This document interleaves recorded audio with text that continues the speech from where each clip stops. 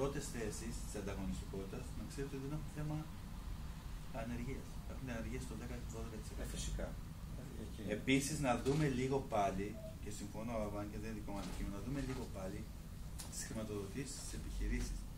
Ίσως οι χρηματοδοτήσεις πρέπει να είναι έμεσες, όχι άμεσες, γιατί όπως είπατε πολύ σωστά, οι άμεσες δημιούργησαν στη διασπάθηση. Δηλαδή, προτιμάτε εσείς και να μου πείτε εγώ λάθος δίνω τακτική και σου επιδοτώ το επιτόκιο, σου επιδοτώ τη φορολόγηση, σου επιδοτώ και σου παίρνω και σου δίνω ατελώς να πάρεις τα μηχανήματα. Αυτά είναι.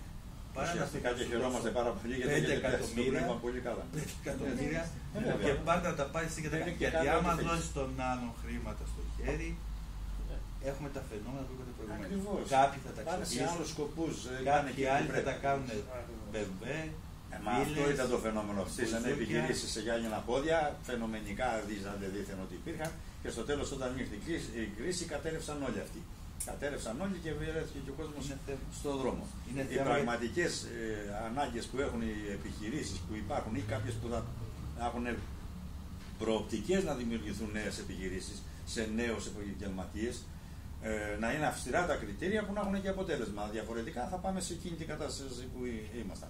Ένα άλλο ζήτημα είναι, έχουμε ζητήσει στο στυλ της παλιάς τράπεζας να δημιουργηθεί μια κρατική τράπεζα ελεγχόμενη και βέβαια με συμμετοχές ιδιωτών όπως θέλουν να το κάνουν, που να είναι επιχειρήσεις οι οποίες θα χρηματοδοτούν επιχειρήσεις για να σταθούν στα πόδια τους για να αναπτυχθεί η βιοτεχνία. Δεν μας ενδιαφέρει ιδιαίτερα, ενδιαφέρει την πολιτεία για τη βιομηχανία. Εμάς τους μικρομεσαίους, ο αυτοαπασχολούμενος, αυτός που απασχολεί μέχρι 50 ανθρώπους, εκεί ξεκινάει. Δημιουργούνται ήδη τώρα την ισοδρομή και τον εταίρο μας και έχουν δημιουργηθεί και το επιχειρηματικό ταμείο, το κρατικό ταμείο επιχειρηματικότητας τώρα και δημιουργούνται και άλλες δράσεις για τη στήριξη της επιχειρηματικότητας και παίρνουν κεφάλαια αρκετά. Ξεκινάμε προκειμένου να μπορέσουμε να στηριχτούν μόνο για επιχειρηματίες. Επίσης, έχει δημιουργηθεί και ο ΕΟ,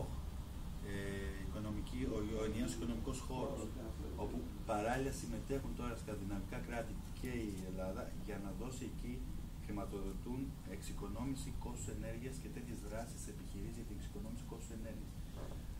Τα κράτη. Αυτά όμως πρέπει, από ό,τι καταλαβαίνω, θα πρέπει αυτά να τα επικοινωνήσουμε γιατί έτσι, μπράβο. Από ό,τι βλέπω υπάρχει και δεν υπάρχει σωστή ενημέρωση πληροφόρηση. Και γι' αυτό θα μπορούμε να αναλάβουμε την πρωτοβουλία. Είναι τα επιμελητήρια και τα επιμελητήρια τώρα τα κλείνουν. Τα επιμελητήρια είναι ένα ζήτημα σοβαρό, πρέπει να το δείτε γιατί τώρα έχει και ένα νομοσχέδιο για διαβούλευση, τώρα που συζητάμε, ακριβώς τώρα βγήκε στη δημοσιότητα, που είναι προς την αντίθετη από αυτή την κατεύθυνση που πρέπει να είναι. Το επιμελητήριο είναι σύμβουλος της πολιτείας.